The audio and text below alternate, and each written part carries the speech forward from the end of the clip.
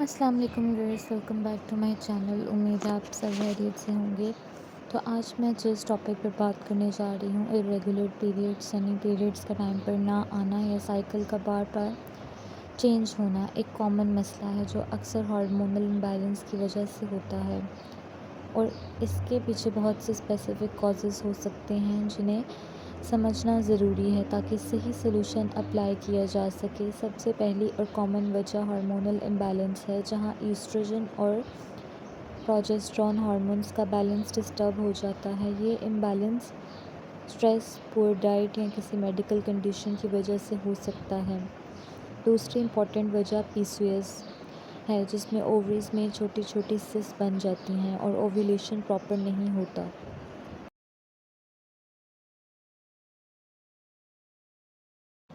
جس کی وجہ سے پیریڈز لیٹ، اسکپ یا بہت زیادہ ہیوی ہو سکتے ہیں۔ تیسری وجہ اسٹریس اور مینٹل پریشر ہے، کیونکہ جب باڈی اسٹریس ہارمونز کورٹیسول زیادہ ریلیز کرتی ہے تو وہ ریپروڈکٹیو ہارمونز کو ڈسٹرب کرتا ہے اور سائیکل ارریگولر ہو جاتا ہے۔ ویٹ ایشو بھی ایک کامن ریزن ہے، یعنی بہت زیادہ ویٹ گین یا سڈن ویٹ لاس دونوں ہی ہارمونز کو افیکٹ کرتے ہیں۔ خاص طور پر فیٹ سیلز ایسٹروجن پروڈیوس کرتے ہیں، اس لیے اوبیسٹی میں امبیلنس ہوتا ہے اور انڈر ویٹ ہونے پر اوویولیشن رک سکتا ہے۔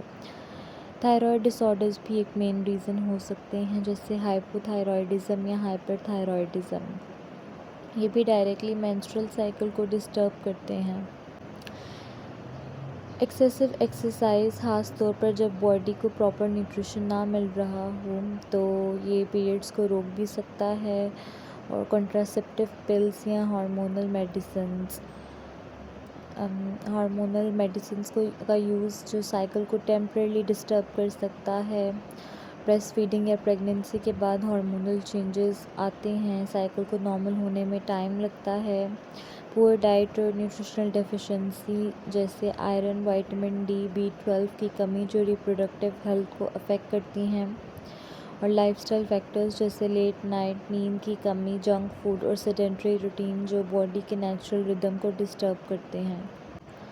سب سے پہلا اور افیکٹو اسٹیپ ہے بیلنس ڈائٹ، جس میں پروٹین، ہیلدی فیٹس، فائبر، سبزیاں، پھل اور کمپلیکس کارب یعنی ہول گرینز شامل ہوں۔ یہ ہارمونز کو اسٹیبلائز کرتے ہیں۔ دوسرا سلوشن ہے ویٹ مینجمنٹ۔ اگر ویٹ زیادہ ہے تو گریجول ویٹ لاس، اور اگر کم ہے تو ہیلدی ویٹ گین سے سائیکل نارمل ہو سکتی ہے۔ اسٹریس مینجمنٹ بھی ایک مین ایشو ہے، جس میں میڈیٹیشن، ڈیپ بریتھنگ، یوگا اور پراپر سلیپ بہت مددگار ہوتی ہے، کیونکہ جب اسٹریس کنٹرول ہوتا ہے تو ہارمونز بھی بیلنس میں آتے ہیں۔ ریگولر ایکسرسائز، لیکن ماڈریٹ لیول پر، جیسے برسک واکنگ، یوگا یا لائٹ ورک آؤٹ، تاکہ باڈی ایکٹیو رہے۔ میڈیکل چیک اپ بھی لازمی کروائیں۔ اگر پیریڈز بہت زیادہ ارریگولر ہیں تو ڈاکٹر سے کنسلٹ کرنا ضروری ہے تاکہ PCOS، تھائرائیڈ یا کسی اور کنڈیشن کا پراپر ڈائگنوسس ہو سکے اور اس کے مطابق ٹریٹمنٹ دیا جا سکے۔ ہربل اور نیچرل سپورٹ بھی آپ لوگ لے سکتے ہیں، جیسے سینیمن، دال چینی، فینوگریک، میتھی، فلیکس سیڈز یعنی السی، اور اسپیئرمنٹ ٹی جو انسولین ریزسٹنس اور ہارمونل امبیلنس کو امپروو کرنے میں مددگار ہوتی ہے۔